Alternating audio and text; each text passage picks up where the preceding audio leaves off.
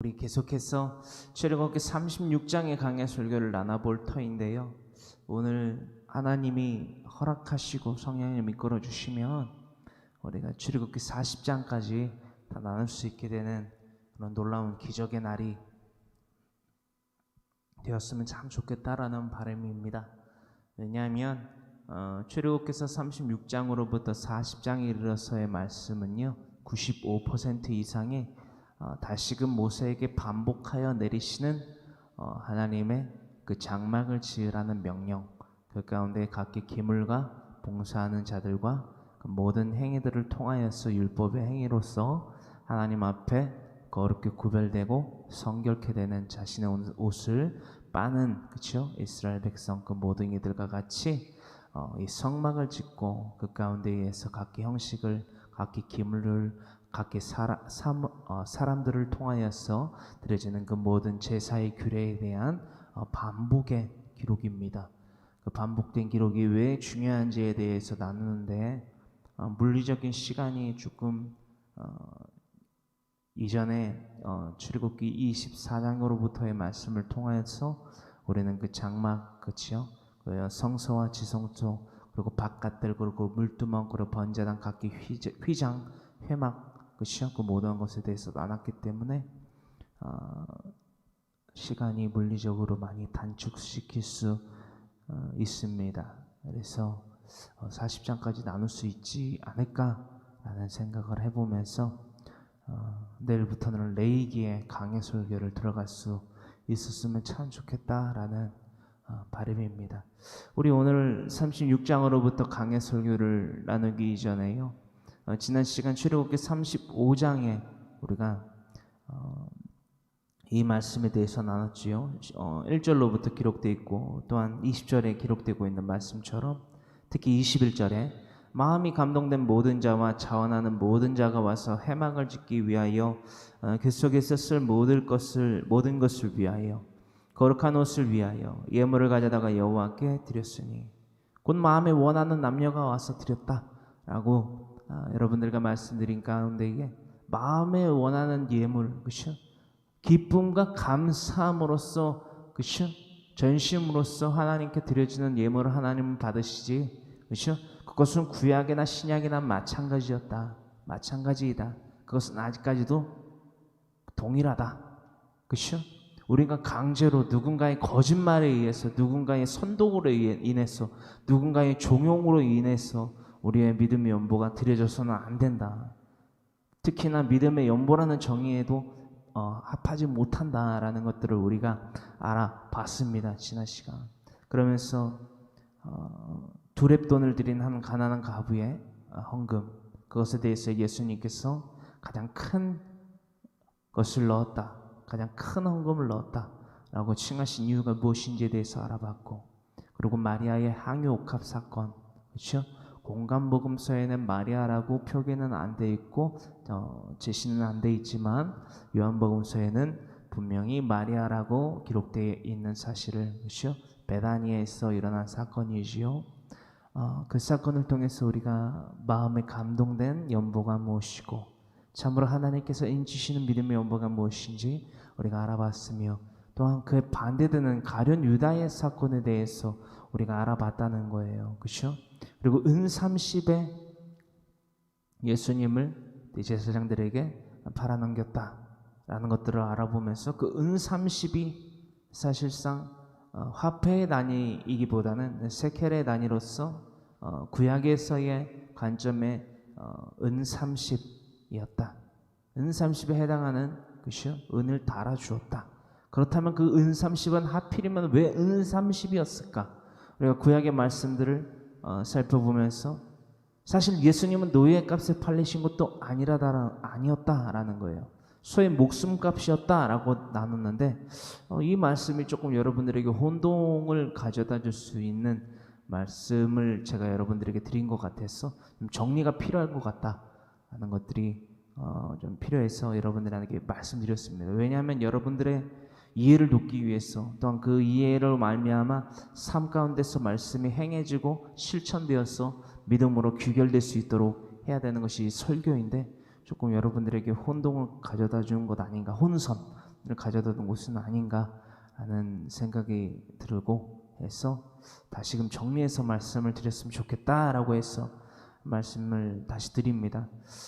소의 목숨값이라고 해도 뭐 과언은 아니지만 명백히 말하면 소가 받아 상하게 한 남종이나 여종에 대해 그 주인에게 보상하는 보상에게 불과한 것이, 그 보상에게 해당한 것이 바로 그 은30이었다.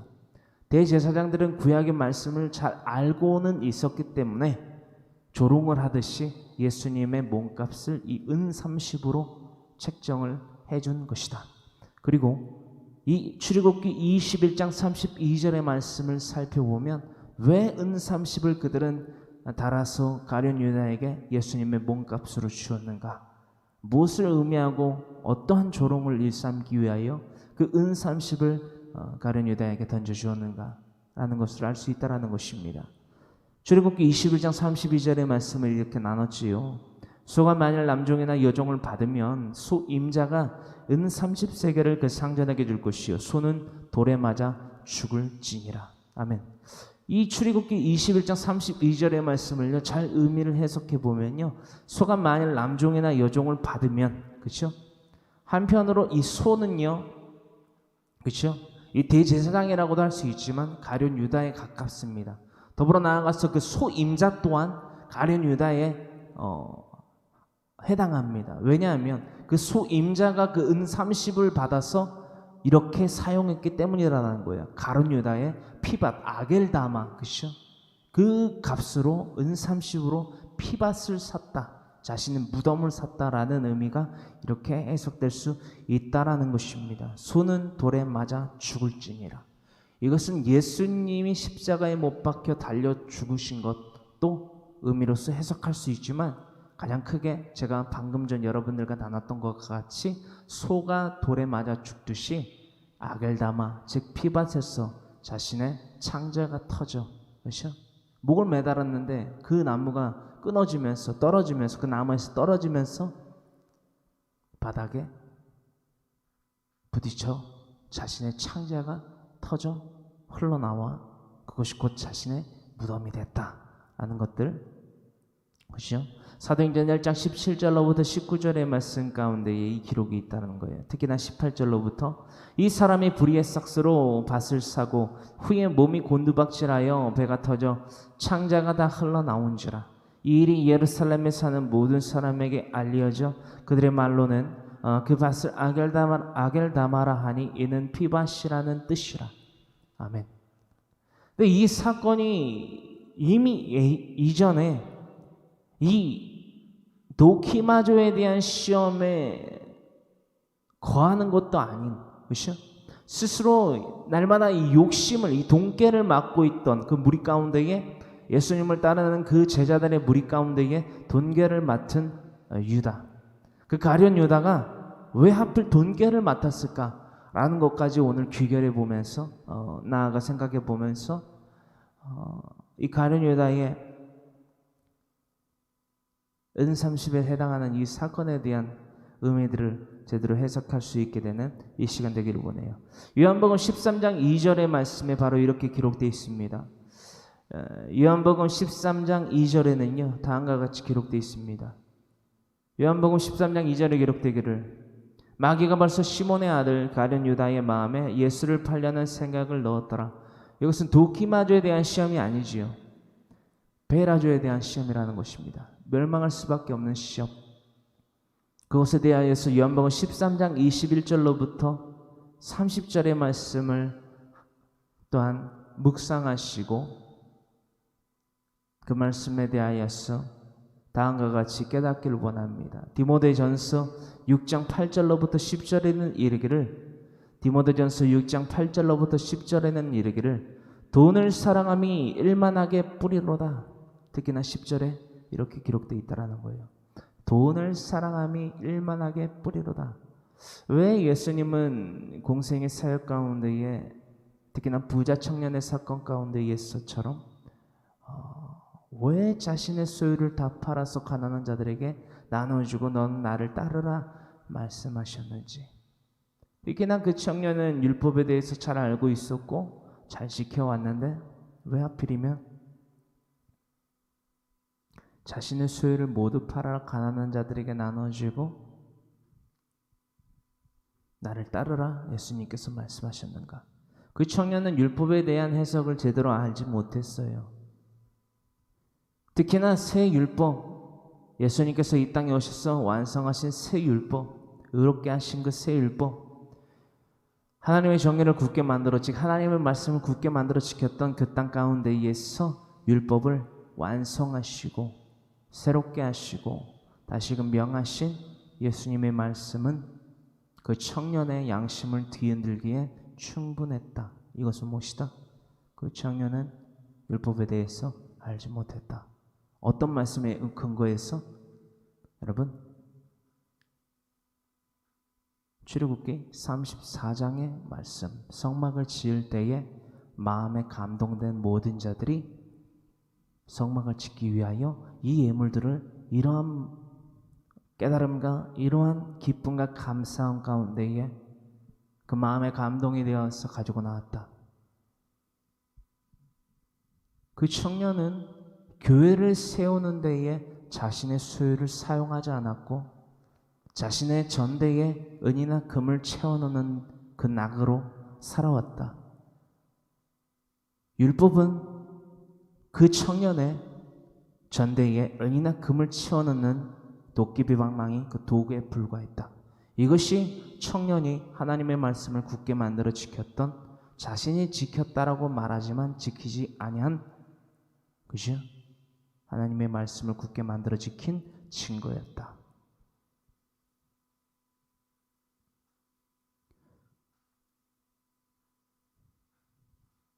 할렐루야. 오늘은 이 말씀, 출애굽기 35장의 말씀 가운데에서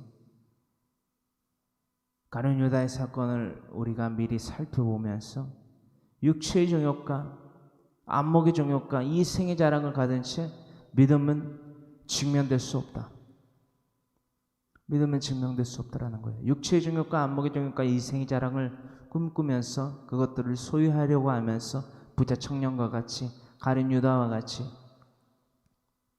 동시에 하나님을 섬기는 것은 가히 있을 수 없는 비현실적인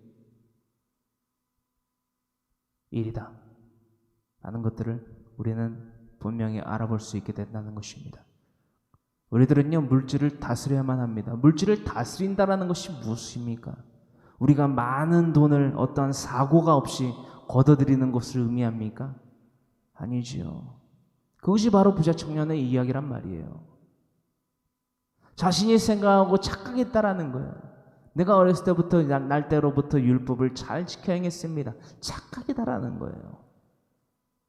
그는 이 성막이 어떠한 과정 가운데에서 지어지는지조차 깨달으려고 하는 노력을 기울인 이가 아니었다라는 것입니다. 그렇다면 물질을 다스리라는 것은 어떠한 정의입니까? 모든 피조물을 하나님의 영광을 위해 존재하는 것이다 라는 정의를 갖고 살아간다라는 것입니다. 그리고 그 정의한 그대로, 그 깨달은 그대로 실천으로 행해 나아간다라는 거예요. 무엇을요? 모든 피조 만물이 그 피조 만물 가운데에 그 생각을 하고 있는 나조차도 포함되어 있는 것이지요. 모든 피조 만물, 우린 피조물이기 때문에 하나님의 형상에 따라 그렇죠? 지음받아진 피조물이기 때문에 나를 포함한 나의 남편, 나의 아내, 나의 자녀들, 내 친지, 이웃 모든 범사 가운데 만나는 형제들이 하나님의 영광을 드러나기 위하여 지음바 되었다. 우리는 하나님께 기쁨과 감사와 영광과 존귀함을 나타내드리는 예배자로 살아가야만 한다. 이것이 우리의 목표라는 거예요. 할렐루야. 그럼으로써 이 출애굽기 35장의 강해 설교를 통하여서 이런 깨달음이 저와 여러분 개인과 또한 여러분들의 가정과 모든 일터와 범사 가운데에 그렇죠? 복음의 씨앗으로 심겨지고 또한 자라나게 되는 귀한 생명의 말씀이 되기를 간절히 소망합니다. 오늘은 출애굽기 36장 1절로부터 강해 설교를 통해 하나님의 말씀 나눕니다. 부살렐과 오홀리압과 및 마음이 지혜로운 사람 곧 여호와께서 지혜와 총명을 부으사 성소에 쓸 모든 일을 할 줄 알게 하신 자들은 모두 여호와께서 명령하신 대로 할 것이니라. 7절까지 함께 합독합니다. 모세가 부살렐과 오홀리압과 및 마음이 지혜로운 사람 곧 그 마음에 여호와께로부터 지혜를 얻고 와서 그 일을 하려고 마음에 원하는 모든 자를 부르매 그들이 이스라엘 자손의 성소의 모든 것을 만들기 위하여 가져온 예물을 모세에게서 받으니라. 그러나 백성이 아침마다 자원하는 예물을 연속하여서 가져왔으므로 성소의 모든 일을 하는 지혜로운 자들이 각기 하는 일을 중지하고 와서 모세에게 말하여 이르되 백성이 너무 많이 가져오므로 여호와께서 명령하신 일에 쓰기에 남음이 있나이다. 모세가 명령을 내리매 그들이 진중에 공포하여 이르되 남녀를 막론하고 성소에 드릴 예물을 다시 만들지 말라 하매 백성이 가져오기를 그치니 있는 재료가 모든 일을 하기에 넉넉하여 남음이 있었더라. 아멘. 출애굽기 36장 1절로부터 7절의 말씀 가운데에 특히나 4절로부터 6절의 말씀은요, 모든 이 황모세를 포함한 모든 하나님의 말씀을 전하는 자들, 뭐지요? 누구에 이르러서까지지요? 목사라는 이 직분을 갖고 있는 자가, 직함을 갖고 있는 자들뿐만이 아니에요. 강도사, 전도사, 장로, 권사, 집사, 안수집사, 성도 다. 예수 그리스도를 믿는다고 하는 자들은요, 이 말씀에 대해서 분명히 분별하고 이 말씀에 입각하여서 살아가야만 된다는 거예요. 특히나 현대의 교회 공동체의 삶 가운데에서는 교회의 치리권을 갖고 있는 이 황모세와 같은 목사와 같은 이들이 이 말씀에 아주 주의를 기울여야만 된다는 것입니다. 마땅히 이것은 행해야 할 본분이에요. 어떤 것이냐? 여러분 36장 1절로부터 7절의 말씀 가운데 이 4절로부터 6절의 말씀을 살펴보십시오. 그렇죠? 이스라엘 백성들 오늘날 해석해서 말하자면 성도들의 믿음의 연보에 대하여서 착복을 하지 않고 있는, 그렇죠? 그 성막을 짓는 도구로 쓰임 받는, 그렇죠? 이스라엘 민족 가운데에 선택하여 뽑힌 이들, 그렇죠? 오늘날 주의 종들을 의미하고 있다라는 거예요. 이 주의 종들이 성도들의 믿음의 연보를 착복하는 것을 금지하는 아주 귀한 말씀입니다. 금지하여야만 하는 아주 귀한 말씀의 구절이에요. 착복이 무엇이냐면요, 여러분, 남의 금품을 부당하게 자기 것으로 한다라는 것입니다. 여러분, 가룟 유다와 같이 그 돈깨를 맡았습니다. 그렇죠? 오늘날 여러분, 이 주의 종들이요, 가룟 유다와 같이 돈깨를 맡은 자라고 안 할 수 없습니다. 그렇죠? 부정할 수 없어요. 저는 몇 번이고 말씀드렸지만 우리가 말하는 주의종, 그러니까 목사라는 이들이 물질로서 하나님 앞에 범죄하여 수많은 이들을 도둑질하고 강도질하고 멸망케 하는 경우를 그리 어렵지 않게 많이 보아오면서 부교육자 생활을 했었습니다. 그래서 많은 고뇌가 있었고 많은 힘듦이 있었고 그런 과정 가운데에서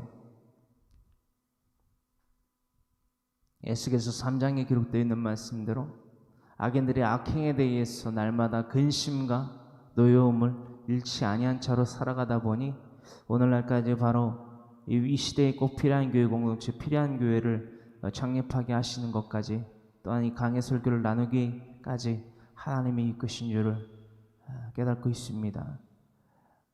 우리는 날마다 특히나 주의 종들은요, 이 말씀에 귀를 기울여만 합니다. 성도들, 하나님의 백성들의 그 믿음의 연보, 그 거룩과 성실로서 열매 맺은 그 믿음의 연보에 대하여서 착복하는 자가 되지 말아야만 합니다. 그것에 대한 대가는요, 돌이킬 수 없습니다. 제가 이 목사라는 직분을 받으면서, 직함을 받으면서 여러분들에게 몇 번 말씀드린 바가 있지만 정말 많은 부담이 있었어요. 물론 하나님이 택하시고 부르시고 이끄셔서 이 목사라는 직함, 책을 받지만 나는 목사이기보단 목자가 되어야 된다라는 마인드를 항상 잊지 말아야 된다라고 생각을 하고 있습니다. 예수님께서 말씀하신 것과 같이 나를 통하여 무리 가운데 들어간 선한 목자, 참으로 예수님과 닮아 있는 그런 선한 목자가 되기를 간절히 소망합니다. 그 선한 목자가 되기 위한 방안 가운데 이 착복하지 아니하는 것은요, 아주 마땅히 행해야 할 본분 중에 본분입니다. 사실 이것은 따질 가치도 없는 문제입니다. 그러나 오늘날 수많은 목적을 명분으로 앞세워서, 사실 맞지 않는 명분인데요, 각기 타이틀을 가지고 성도들의 연보를 착복하는 행위들을 많이 살펴보게 됩니다. 판공비라는 게 이 성경에 기록되어 있을까요? 품위 유지비. 글쎄요, 언제서부터 어디서부터 그들이 그렇게 잘못됐는지 모르겠지만 저는 이해를 할 수가 없습니다. 왜냐하면 성경에는 그런 것들이 기록이 안 돼 있기 때문이에요. 그들이 말하기를 이것이 마태복음 10장에 기록되고 있는 12사도에 대한 기록이다 라고 할지 모르겠지만 저는 그 의미와 해석을 달리합니다. 하나님은 예수님은 말씀하셨습니다. 이따 우리가 알아볼 거지만 그들의 생각과는 영 다른 말씀을 명하셨어요. 무엇인지 우리가 나눠볼 것입니다. 마태복음 10장 8절로부터 10절에 이르고 있습니다. 이것은 누가복음 10장 1절로부터 24절에 기록되고 있는 12사도와 더불어 70인의 제자들을 각기 고을과 성읍으로 복음 전파 사역에 쓰임받게 하신 예수님의 공생의 사역입니다. 예수님은 공생의 사역 가운데 의해서 본인만, 예수님 자신만 복음 전파 사역을 하시면서 제자들과 함께 거하신 것이 아닙니다. 예수님의 공생의 사역 당시에도 예수님은 제자들에게 이런 훈련을 하셨어요. 그리고 실질적인 훈련을 하셨다는 거예요. 복음 전파 사역 말입니다. 그리고 이 복음 전파 사역을 어떠한 과정과 어떠한 속성과 어떠한 결과를 위해서 해라. 그것을 깨달으라. 그러니까는 복음 전파 사역을 훈련시키신 거예요. 그들을 통하여서 12제자와 70인의 사도를 통하여서 전형적인 정상적인 불법적이지 아니한 합법적인 하나님의 나라의 법에 의하여서 합법적이고 지극히 큰 명령인 이 복음 전파 사역이 어떤 형태라 어떤 속성을 갖춰야 되는지 말씀하셨다라는 거예요. 마태복음 10장 8절로부터 10절의 말씀입니다. 함께 합독합니다. 병든 자를 고치며 죽은 자를 살리며 나병한 자를 깨끗하게 하며 귀신을 쫓아내되 너희가 거저받았으니 거저주라. 이게 거저받았다라는 게 무엇입니까, 여러분? 12제자 그 가운데 있던 70인의 제자들은요, 이 예수님의 말씀과 같이 그들 자체가 병의 고침을 받았고, 그렇죠? 죽은 자 가운데에서 나사로와 같이 산 자도 있었을 것이고, 나병한 자였다가 깨끗하게 나음을 입은 자도 있었을 것이고, 귀신 들림 가운데 이 귀신을 쫓임받은 이도 있을 것이고, 그렇죠? 12제자와 70인의 제자 가운데에서 이러한 8절에 해당하는 은혜와 그 은사, 그렇죠? 선물을 받은 자들이 없지 않았을 것이라는 거예요. 그렇죠? 70인의 제자에 대해서 성경에서는 자세하게 기록되어 있지 않습니다.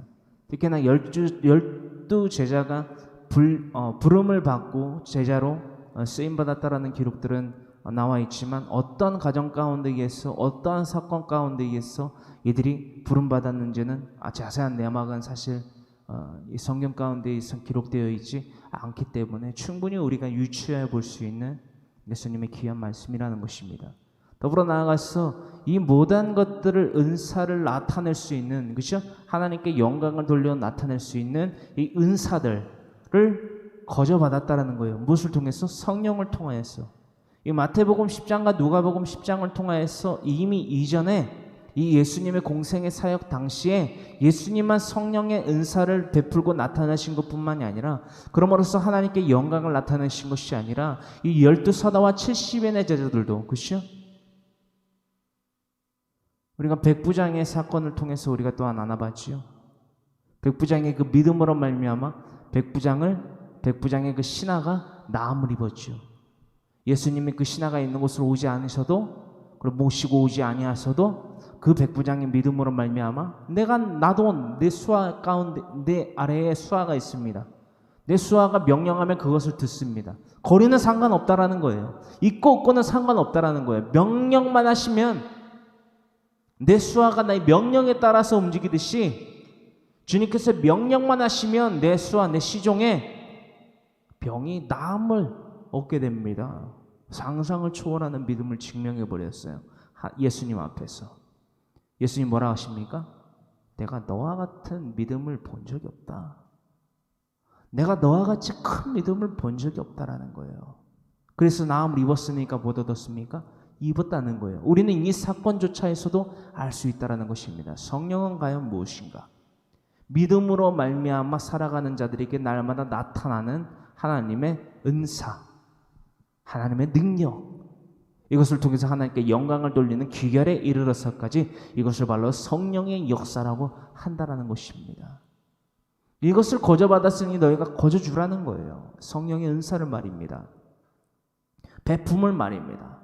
그러면서 하나님께 영광을 돌리는 것까지 귀결해서는 바로 이 거저받았으니 거저주는 것이 빠져서는 안 된다라는 것입니다. 할렐루야. 이것이 바로 마태복음 10장 8절의 핵심입니다. 9절. 너희 전대에 금이나 은이나 동을 가지지 말라. 부자 청년의 비유가 왜 나타나는지 아시겠지요? 부자 청년의 사건 가운데에 왜 율법을 어렸을 때부터 잘 지켜왔던 그 청년이 다른 것을 다 지켰는데 이거를 안 지켰다라는 거예요. 그러므로써 그 여태까지 지켜왔던 그 율법은 무엇을 의미합니까? 잘 지키지 못했구나, 착각이구나 라는 것들을 알 수 있다라는 거예요. 너희 소유를 다 팔아서 가난한 자들에게 나눠주라. 왜요? 부자가 천국에 들어가는 것이, 그렇죠? 낙타가 바늘귀로, 그러니까 우리가 말하면은, 우리가 현대식 건물 기준으로 말하면은 그 현관문 그 밑에 특히 아파트들은 신문을 넣어주고, 그렇죠? 혹은 뭐 편지를 넣어주는 작은 구멍이 있죠, 그렇죠? 뭐 개구멍이라고도 우리가 부르는데 사실 그 개구멍이라는 표현이 조금 적합하진 않지만은 좀 이해를 돕기 위해서 쓰자면 그 작은 구멍, 그렇죠? 개구멍이라고 하는 작은 구멍, 그것이 이제 유대인의 그 이스라엘 문화 가운데도 있습니다. 그 곳으로 낙타가 들어가는 것보다 어렵다는 거예요. 어디를 가는 것이? 천국에 들어가는 것이, 하나님과 영원한 사귐에 들어가는 것이 낙타가 바늘귀로, 이 바늘귀가 바로 문에 포함되어져 있는 작은 구멍을 의미한다라는 거예요. 작은 구멍, 그렇죠? 이 작은 구멍으로 들어가는 것보다 어렵다고 말씀하십니다. 그렇다면 이 부자 청년의 비유와 이 마태복음 10장 9절의 말씀이 아주 잘 이해가 되시겠죠? 너희 전대에 금이나 은이나 동을 가지지 말라. 금이나 은이나 동을 가지지 말라. 이 9절의 말씀에 또한 더불어 그 문화적인 핵심은 그 땅 가운데의 화폐를 의미하죠. 가짜 왕들이 찍어내고 직조해낸 그 나라의 화폐. 가이사랴의 것은 가이사랴에게, 하나님의 것은 하나님에게 바칠 때에 하나님의 것은 특히나 너희의 전대에 있는 금이나 은이나 동으로서 바쳐질 수 있는 것이 아니다. 이게 뭐죠? 하나님께 돌리는 영광에 대하여서 너희가 이 하나님의 영광을 가로채는 행위인, 그렇죠? 은이나 금이나 동을 전대했다, 소유하지 말라. 왜 거저받은 것을 너희가 돈을 받고 파냐라는 거예요. 누구와 같이? 사마리아 성 시몬과 같이 왜 팔려고 하냐라는 거예요. 물론 그 사마리아 성 시몬의 시도는 실패로 끝났지만, 그렇죠? 어떤 말씀인지 이해를 하셔야 돼요. 실패로 끝났지만 그와 같은 형식을 갖춰서 사상을 갖추고 살아가지 말라는 거예요. 그것은 하나님께 영광이 되지 못하고 도리어 자신이 하나님의 영광을 가로채는 도둑질에 해당한다라는 거예요. 말라기서 선지자를 통하여서 말라기서 1장으로부터 기록된 말씀처럼 그렇습니다. 그렇다면 주의 종들은 어떻게 살아가야 됩니까? 10절에 이르고 있습니다. 이렇게 살아가야만 합니다. 주의 종들은 말이에요. 물론 현대의 문화적 배경이 조금 달라져서, 그렇죠? 현실적인 방안은 달라질지 모르겠지만 이 속성은 항상 있어야만 된다는 거예요. 10절, 여행을 위하여 배낭이나 두벌 옷이나 신이나 지팡이를 가지지 말라. 이는 일꾼이 자기의 먹을 것 받는 것이 마땅함이라. 이것이 바로 독사조의 삶이라는 거예요. 말씀 전파, 첫 번째, 경성하는 기도, 두 번째, 이 말씀 전파함과 경성하는 자의 기도의 역할에 필요한 연보 외에는요, 욕심내는 것이 아닙니다. 여러분, 욕심내는 것이 아니에요. 물론 이건 있어요.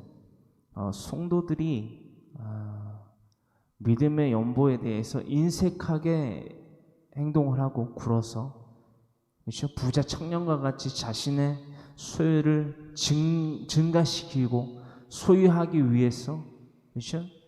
교회 공동체에 나와서 주유주를 부르짖는다면 문제가 있겠죠. 그렇다고 맞불 작전으로 판공비라는 것을 세우고, 그렇죠? 명분을 세우고 품위 유지비라는 것들을 스스로 만들어내서 목사들이 저와 같은 목사들이 만들어내서 굳이 돈꾀를 멸망할 시험인 페이라조에 해당하는 돈꾀를 만들어서 살아갈 필요는 결코 없다라는 거예요. 왜요? 사도 바울은요, 부함 가운데에도, 그렇죠? 부하지 못한 가운데에서도, 심지어 나아가서는 자족하는 삶 가운데에서도 감사할 수 있었다라는 거예요. 물론 특히나 부하지 못함과 자족해야 되는 상황 가운데 처해버리면 말씀 전파의 사역은 당연히 줄어들겠지요. 오늘날 같이 필요한 교회에서 나누는 이 강해설교 1일 1강, 그렇죠? 월요일과 토요일을 제외한 1일 1강은 사실상 현실화가 불가능하지요. 하지만 이 개인의 예배 가운데에서, 이 자족하는 삶 가운데에서도 사도 바울은 이것에 대해서 감사할 수 있었다라는 거예요. 하나님 내게 이 은사, 이 장막을, 텐트 메이커였거든요. 그러니까 장막을 짓는, 그러니까 머리에 쓰는 장막, 막 군사용 장막이 아니라 장막을 기를 수 있는 은사, 그 달란트를 주신 감사합니다. 내가 이 은사들을 사용하여서, 그렇죠? 부사살레가 오홀리압과 같이, 그렇죠? 이 직조수를 기능을 갖게 하여 주심으로 하나님께 영광을 돌릴 수 있는 이 복음 전파 사역, 또한 이 경성하는 자의 기도를 할 수 있는, 먹고 마시고 쓸 수 있는 것들을 베풀어 주심을 감사합니다 라는 거예요. 이게 주의종의 마인드가 되어야만 되고 현실화가 되어야만 돼요. 내가 물질이 없다고? 좋습니다. 저는 그냥 다이렉트로 말씀드릴게요. 성도라고 하는 이들의 연보가 거치어질 수 없는 환경이거나, 그렇죠? 거치어질 수 없는 환경이거나, 그렇죠? 노동을 할 수 없고 소산이 없어요, 성도들이.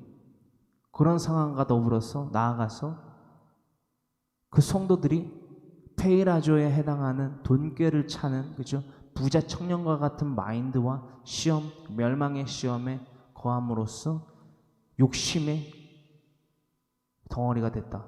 그래서 믿음의 연보를 안 낸다. 그래서 주의 종들이 먹고 마시고 쓸 게 없다. 그래서 주의 종들이 자족해야 된다. 이 또한 감사해야 된다라는 거예요. 물론 하나님의 말씀에 대하여서 권면하고 교훈하고 책망하고 바르게 하는 것은 직무이기 때문에 논할 가치도 없지만, 행여나 어떠한 가정과 어떠한 이유를 불문하고서 또 이 목사들은 맞불 작전을 놓으면 안 된다는 거예요. 어떤 말씀인지 아시겠죠? 부족함 가운데에서도 감사하고, 그 부족함을 넘어서 내가 자족하지 아니하면 이 복음 전파 사역이 계속될 수 없다. 자족하면 되는 거예요. 물론 물리적인 시간이 한주되어 있기 때문에 복음 전파 사역에 대한 것들은 미비하여지고, 그렇죠? 적어질 수 있겠지만 없어지는 건 아니잖아요. 그것에 대해서 감사할 수 있어야만 된다는 거예요. 왜 거짓말을 하고, 왜 도둑질을 하고, 왜 성도들의 연보를 강도질하고, 스스로도 또한 성도들도 멸망에 치닫게 되는 결과를 초래하는 그런 비상식적인 행위들을 일삼는지 저도 도무지 이해가 안 된다는 거예요. 여러분, 그렇습니다. 이 독사조의 삶, 말씀 전파의 삶, 또한 경성하는 자의 기도의 삶, 그 역할에 필요한 연보 외에는요, 욕심을 내지 말아야만 된다는 거예요. 우리는 그저 예수 그리스도를 본받아 사는 것, 그렇죠? 빌립보서 2장 5절로부터 12절에 기록되어 있는 말씀처럼 날마다 자기를 부인하고 자기 십자가를 지고 예수님을 따름으로써 하나님께 영광을 돌리는 독사조의 삶을 살아가는 것 외에는요, 생각조차도 하지 마십시오. 그럼 죄로부터 당연히 멀어지게 됩니다. 육체의 정욕과 안목의 정욕과 이생의 자랑으로부터 날마다 멀어지게 돼 있어요. 무슨 삶을 살아갈 때에 하나님께 독사조, 영광을 올려드리는 삶을 살아갈 때에 어떤 삶입니까? 구체적으로 하나님의 말씀 성경 66권을 가지도 감하지도 아니하고 내 개인과 가정의 모든 일터의 범사 가운데에 전파하는 복음 전파의 삶, 더불어 나아가서 그들의 영혼을 구원받게 하기 위한 모세와 같은, 예수님과 같은, 아브라함과 같은 경성하는 자의 기도, 이 두 가지가 핵심 기둥이 되어서 예수님이 걸어가신 그 순례자의 길, 그 십자가의 길을 따라 걸어갈 때에 이것이 독사조, 즉 하나님께 영광을 돌리는 예배자의 삶으로 하나님께 인침을 받는다. 이 정의까지 우리는 머물러 있어야만 된다는 것입니다. 할렐루야. 출애굽기 36장 8절로부터 13절의 말씀입니다. 일하는 사람 중에 마음이 지혜로운 모든 사람이 열폭 휘장으로 성막을 지었으니 곧 가늘게 꼰 배실과 청색, 자색, 홍색 실로 그룹들을 무늬너와 짜서 지은 것이라. 매 폭의 길에는 28규빗, 너비는 4규빗으로 각 폭의 장단을 갖게 하여 그 5폭을 서로 연결하며 또 그 5폭을 서로 연결하고 연결할 끝폭가에 청색 고를 만들어 다른 연결할 끝폭가에도 고를 만들되 그 연결한 한 폭에 고리 50개를 달고 다른 연결한 한 폭의 가에도 고리 50개를 달아 그 고들이 서로 대하게 하고 금갈고리 50개를 만들어 금갈고리로 두 휘장을 연결하여 한 막을 이루었더라. 여러분, 이것이 계속해서 출애굽기 24장 특히나 25장으로부터 본격적으로 기록되고 있는 말씀인데요. 성막의 건축법 똑같이 기록되어 있습니다. 살펴보시길 바라면서 하나님의 성막 즉 교회를 세우는 자들은요 그 마음이 지혜롭습니다. 여러분, 이것이 바로 8절로부터 13절의 말씀 가운데에 8절에 기록되고 있는 일하는 사람 중에 마음이 지혜로운 모든 사람이 성막을 지었다라는 거예요. 할렐루야. 하나님의 성막 즉 교회를 세우는 자들은요 그 마음이 지혜롭습니다. 여러분, 지혜롭다는 것이 어떤 정의인지 여러분 분명히 정의하여서 누군가에게 전해 주실 수 있겠습니까? 오늘 이 지혜롭다, 이 지혜로운 것은 무엇인가? 성막을 짓는 자들은 지혜롭다 라는 정의에 대해서 우리가 나누고 있는데 36장 8절로부터 이 성막을 짓는 자들은 지혜롭다라는 정의, 특히나 지혜로운 것은 어떠한 것을 의미하는가? 하나님의 중심 가운데에서 하나님의 말씀으로 알아보기를 원합니다. 이 세상의 이들은요 하나님으로 말미암아 그 가정을 든든히 세우려 하지 않습니다. 그렇죠? 맞죠? 하나님을 믿지 아니하는 자들에 대해서 말씀을 드리고 있는 거예요. 혹은 이 부자 청년과 같이 혹은 가룟 유다와 같이 돈깨를 맞고 욕심의 주머니, 그렇죠?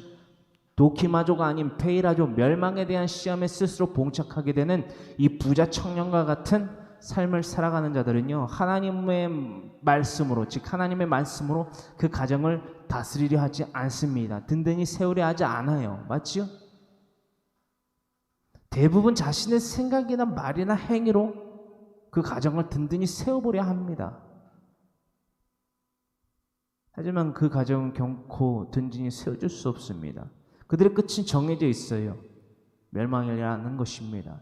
하나님이 있는 곳, 하나님의 임재가 있는 곳, 날마다 가득한 곳, 날마다 함께 하시는 곳, 함께 동행하시는 곳은 지상 천국이라 했습니다. 그 시야, 날마다 갑절의 복을 받는 곳, 성소와 같은, 더불어 나아가 지성소와 같은 하나님과의 영원한 사귐을 의미하고 있다는 것을 우리는 누누이 나눠봤기 때문에 이 말씀에 대하여서 충분히 이해할 수 있다는 거예요.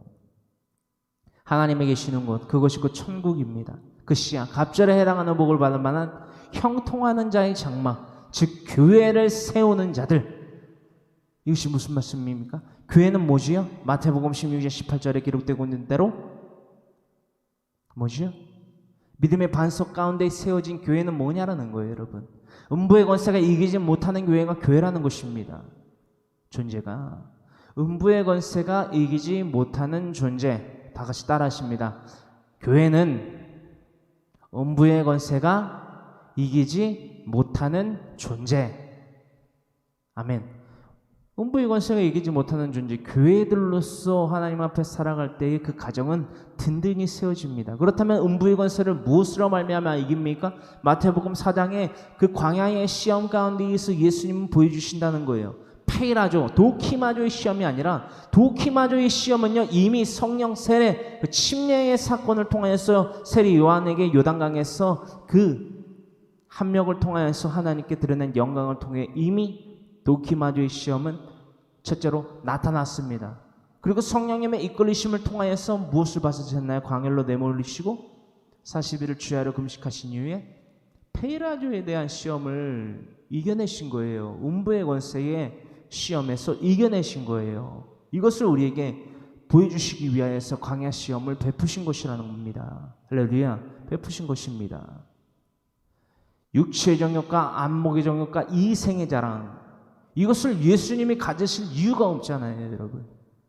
광야 시험은 본디 예수님이 갖지 못하시는, 하지만 가지셨기 때문에 보여주신 아주 큰 교훈의 시험이다라는 거예요.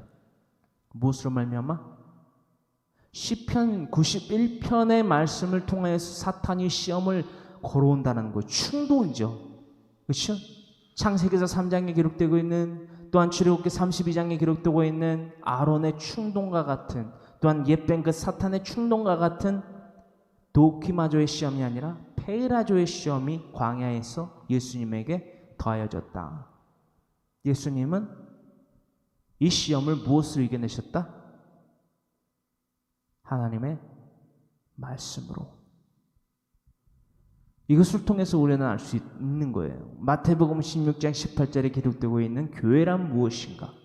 하나님의 말씀으로 무장되며 경성하는 자의 기도로서 영 구원을 위해서 살아가는 자가 바로 교회다. 이 교회는 날마다 지어져야 된다. 나로부터 날마다 내가 교회로서 지어져야 되고, 나를 통하여서 예수님 자신을 통하여서 수많은 교회를 초대교회로부터 탄생시키셨듯이 우리 또한 예수 그리스도의 그 성령님의 내주교통의 역사 말미암아 행하게 하심으로 말미암아 돕고 동행하여 주심으로 말미암아 수많은 마태복음 16장 18절에 기록되어 있는 음부의 권세가 이기지 못하는 교회들을 세워 나아가는 것이 우리들이 행해야 할 복음 전파의 사명이다. 할렐루야. 이것을 우리가 잊지 말아야만 한다는 것입니다. 에레미야 22장 13절로부터 15절에 이루고 있는 말씀이지요. 에레미야 22장 13절로부터 15절의 말씀 가운데에서 이 말씀을 통하여서 우리는 이것을 알게 됩니다. 이 에레미야서 22장 13절로부터 15절의 말씀 그 옆에요, 이렇게 적어두시기 바랍니다. 사무엘하 7장 1절로부터 17절, 에레미야 22장 13절로부터 15절의 말씀을 우리가 읽고 나눌 텐데요. 그 말씀에 대한 핵심의 사상 가운데에 이것이 더해져야만 한다는 것입니다. 사무엘하 7장 1절로부터 17절의 말씀. 사무엘하 7장 1절로부터 17절의 말씀은 어떤 말씀이지요? 다윗이 백향목 궁에 삽니다. 그런데 그것에 대해서 스스로 마음에 들어하지 않아요. 자신은 백향목 궁에 살면서 하나님은 어디에 사시는가? 하나님은 어디에 거하시는가? 나는 이 휘황찬란한 백향목 궁에 살면서 하나님은 어디에 거하시나?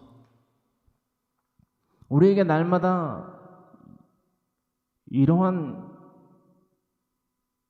깨달음이 있어야 돼요. 이것이 과연 무슨 말인가? 예레미야서 22장 13절로부터 15절의 말씀입니다.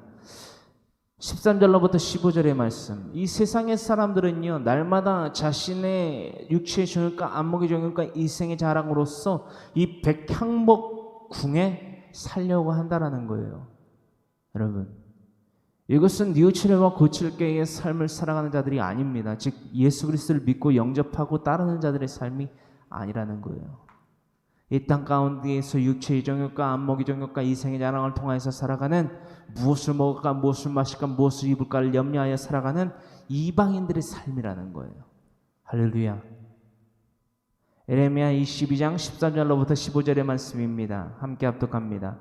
불의로 그 집을 세우며 부정하게 그 다락방을 지으며 자기의 이웃을 고용하고 그의 품삯을 주지 아니하는 자에게 화했을진저 그가 이르기를 내가 나를 위하여 큰 집과 넓은 다락방을 지으리라 하고 자기를 위하여 창문을 만들고 그것을 백향목으로 입히고 붉은 빛으로 칠하도다.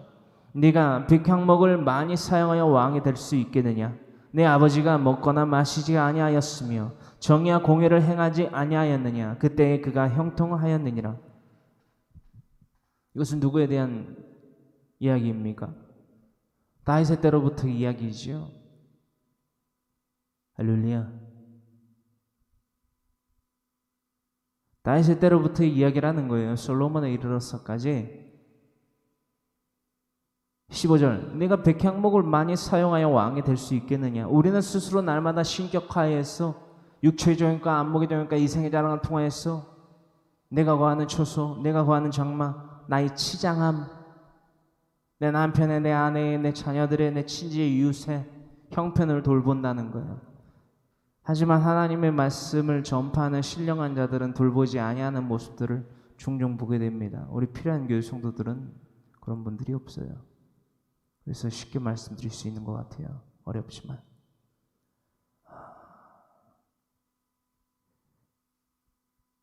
네가 백향목을 많이 사용하여 왕이 될 수 있겠느냐? 네 아버지가 먹거나 마시지 아니하였으며 정의와 공의를 행하지 아니하였느냐? 다윗의 그저 사무엘하 7장 1절로부터 17절의 말씀. 백향목 궁에 거하여 살아가는 것을 스스로 탐탁치 아니하게 여겼던 다윗. 하나님의 성막은 어디에 있느냐?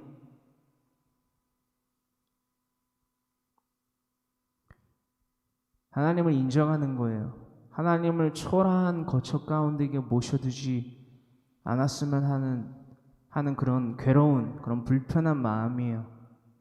오늘날 우리에게 이러한 마음이 있냐라는 것입니다. 여러분, 지금 제가 여러분들에게 말씀드리는 것은요, 교회 건물을 세우는 것을 의미하는 게 아니에요, 여러분. 날마다 교회를 세워가고 있냐라는 거예요. 성령님의 내주교토의 역사가, 임재가 함께 하실 만한, 거하실 만한 처소인 교회를 세우고 있냐라는 거예요. 내 남편 지금 예수님 믿습니까? 내 아내 지금 예수님 믿어요? 내 아들, 내 딸 지금 예수님 믿습니까? 내 손주, 손녀 지금 예수님 믿어요?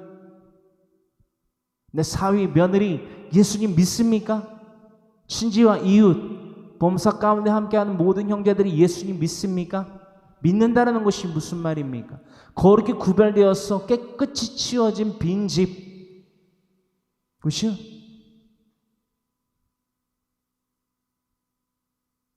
내가 거하기조차도 껄끄럽고 싫고 지저분한 그런 오물이, 흙탕물이 담겨져 있는 초소 말고요. 하나님이 함께 하실 만한 거룩히 구별되어져 있는 이 교회라는 초소 말입니다. 무형교회, 나라는 교회, 너라는 교회, 우리라는 교회 라는 초소가 예비되어져 있냐라는 거예요. 날마다 우리는 이 백향목궁에 거하는 왕으로 살아가는 자가 아니라 하나님을 왕으로 모셔두는 성결이 거룩히 구별된 음부의 권세가 이기지 못하는 교회로서 하나님 앞에 살아가기를 또한 세워져 나아가는 건축자들이 되기를 간절히 소망합니다. 성령님이 함께 하십니다. 출애굽기 36장 14절로부터 19절의 말씀입니다. 그 성막을 덮는 막 곧 휘장을 염소털로 만들되 11폭을 만들었으니 각 폭의 길이는 30규빗 너비는 4규빗으로 11폭의 장단을 갖게 하여 그 휘장 5폭을 서로 연결하며 또 6폭을 서로 연결하고 휘장을 연결할 끝폭가에 고리 50개를 달며 다른 연결할 끝폭가에도 고리 50개를 달고 놋갈고리 50개를 만들어 그 휘장을 연결하여 한 막이 되게 하고 붉은 물들인 순양의 가죽으로 막이 덮개를 만들고 해달의 가죽으로 그 윗덮개를 만들었더라. 아멘. 출애굽기 36장 14절로부터 19절의 말씀은요, 장막을 덮는 그 지붕은 하나님의 특별하심으로 말미암는 우리를 보호하심과 그 보호로 말미암아 우리가 안전하다라는 것, 또한 나아가서 회복을 뜻하고 있습니다. 그 어떠한 외압으로부터도, 그렇죠? 어떠한 풍랑과 풍파로부터도 지킴을 받는 믿음의 반석 대신 예수 그리스도를 예표하고 상징하고 있다라는 것을 우리는 잊지 말아야만 할 것입니다. 이사야서 4장 5절로부터 6절의 말씀입니다. 이사야서 4장 5절로부터 6절의 말씀을 통하여서 우리는 출애굽기 36장 14절로부터 19절의 말씀을 분명히 해석할 수 있게 됩니다. 여호와께서 거하시는 온 시온 산과 모든 지폐 위에 낮이면 구름과 연기, 밤이면 화염의 빛을 만드시고 그 모든 영광 위에 덮개를 두시며 또 초막이 있어서 낮에는 더위를 피하는 그늘을 지으며 또 풍호를 피하여 숨는 곳이 되리라. 아멘. 그 어떠한 풍랑과 풍파 가운데에서도 우리를 지켜내시는 하나님, 그죠? 이 성막이 뭐죠? 이 휘장이 뭐죠? 그 덮개가 뭐죠? 하나님의 임재하심이란 말이에요. 여러분, 우리가 그렇다면 이 말씀은, 우리가 19절까지 기록되고 있는 이 말씀은 이사야서 4장 5절로부터 6절의 말씀을 통해서 어떻게 이해되고 해설하고 적용하여 삶 가운데 실천해야만 합니까? 날마다 하나님의 말씀으로 굳건히 세워지는, 또한 영혼의 구원을 위해서 경성하는 자의 기도를 그치지 아니하는 교회가 될 때에 우리는 하나님의 이러한 특별하신 보호와 인도와 회복을 선택된 가운데에서 받고 이루게 된다. 이것이 무슨 복이다? 그 시야에 해당하는 복이에요, 여러분. 우리가 날마다 하나님을 모셔둘 수 있는 교회, 성령님의 임재와 교통과 역사하심을 바라는 교회가 될 때에, 거룩히 구별된 교회가 될 때에 주여 주여 입으로만 부르짖는 자가 아니라 날마다 하나님의 말씀을 사모하고 그 진리를 전파하는, 또한 그 영혼을 구원하기 위해서 경성하는 자의 기도를 그치지 아니하면 우리가 하나님의 말씀으로 말미암아 교회가 된다라는 거예요. 그러면 이런 복을 받는다는 거예요. 그 시야에 해당하는 복을. 할렐루야. 우리가 지금 출애굽기 36장의 말씀을 읽고 있는데, 나누고 있는데, 이 모든 글자, 물리적으로 기록되고 있는 글자에 대한 해석들을, 그렇죠? 다 나눠봤어요. 그래서 이렇게 빨리빨리 나눌 수 있는 거예요. 그렇죠? 이게 하나님의 역사가 아닐까 싶습니다. 출애굽기 36장 20절로부터 38절의 말씀입니다. 이 36장 20절로부터 38절은요, 읽고 우리가 함께 묵상하고 할 터이지만, 출애굽기 24장의 강해 설교를 다시 살펴보시면 이 출애굽기 36장 20절로부터 38절의 말씀을 다시금 기억하는, 회상하는, 회개하는 과정이 될 것입니다. 또 다른 해설을 나누진 않겠습니다. 왜냐하면 출애굽기 24장의 강해 설교를 통해서 이 출애굽기 36장 20절로부터 38절의 말씀을 모두 나눴기 때문입니다. 우리가 지금은 20절로부터 38절을 그냥 읽습니다. 다 같이 20절로부터 38절 함께 합독합니다. 그것도 조각목으로 성막에 세울 널판들을 만들었으니 각 판의 길이는 10규빗, 너비는 한 규빗 반이며 각 판에 두 축이 있어 서로 연결하게 하였으니 성막의 모든 판이 그러하며 성막을 위하여 널판을 만들었을 때 나무로는 남쪽에 널판이 20개라. 그 20개 널판 밑에 은받침 40개를 만들었을 때 곧 이 널판 밑에도 두 받침이 그 두 촉을 받게 하였고 저 널판 밑에도 그 두 받침이 그 두 촉을 받게 하였으며 성막 다른 쪽 곧 북쪽을 위하여도 널판 20개를 만들고 또 은받침 40개를 만들어서 지금 이게 우리가 읽고 있으면서 다 이해가 되고 있는 거예요, 여러분. 그냥 그림을 그려가고 사진을 보면서 도형을 보면서 우리가 이 성막의 지음새, 그렇죠? 이 고가 뭐고, 그렇죠? 촉이 뭐고, 받침이 뭐고 이것들을 다 이해할 수 있게 됐다라는 거예요. 28절 장막뒤 두 모퉁이 편을 위하여는 널판 2개를 만들 때 아래에서부터 위까지 각기 2겹 두께로 하여 윗꼬리에 이르게 하고 두 모퉁이 쪽을 다 그리하여 여기는 지금 지성소 뒤편을 의미하는 것이요. 이것은 기장이 달랐다. 그렇죠? 직사각형이 아니다. 그렇죠? 2겹 두께로 만들었기 때문에 재단이 다르다.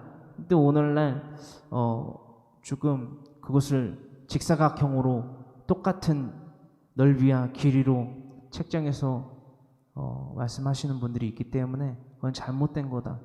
이 지성소의 제단 가운데 이 2겹 두께로 그 지성소 뒤편에 제단을 달리한 것은 우리의 머리 되시는 주님을 의미하는 것이다. 지성소는 따라 하실까요? 지성소는 우리의 머리 되신 예수님을 의미하는 것이다. 이것이 또 나아가서 양의 문 되신 예수님을 의미하는 것이고 나아가서 그렇죠? 하나님과 영원한 사귐을 의미하는 것이지요. 지성소로 들어가면요. 할렐루야. 이것까지 우리가 잠깐 알아보고요.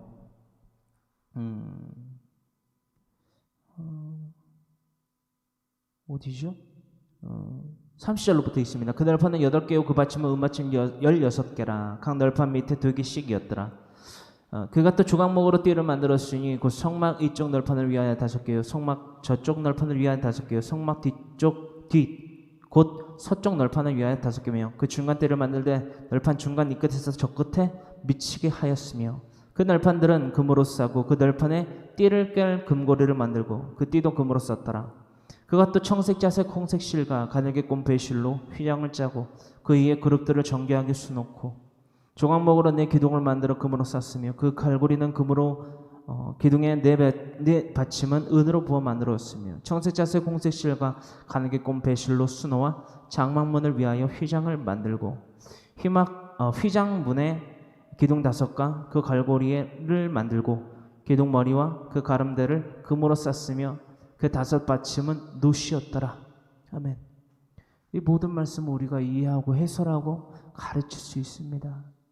여러분 행여나 오늘 나는 이 출애굽기 36장의 말씀이 이해되시지 아니하시거나 조금 더 알고 싶다. 어떤 말씀이었지? 그러면 뭘 하시면 되지요? 동영상 리스트 가운데에서 출애굽기 26장의 설교를 다시금 강해 설교를 청취하시면 됩니다. 할렐루야. 그래 이렇게 되기 위해서 우리는 강해 설교를 1강을 하고 있습니다. 오늘 여기까지 나누고요. 내일 또 계속해서 37장 또 은혜가 되면 또 40장까지 나눠볼 수 있게 되면 너무나 좋겠습니다. 우리가 이렇게 이 시간 기도하길 원합니다. 하나님, 우리가 주님이 명하신 대로 음부의 권세가 이기지 못하는 교회들을 세우는 아버지 하나님과 동행하며 하나님이 더하여 주시는 마음에 감동된 또한 주님 하나님 주시는 그 지혜로운 자들 되어서 아버지 교회를 든든히 세워가는 예수 그리스도의 사람들이 되기를 간절히 소망합니다라고 거룩하신 주님의 성원 3번 부르짖고 간절히 기도하기를 원합니다. 주여 주여 주여 살아 역사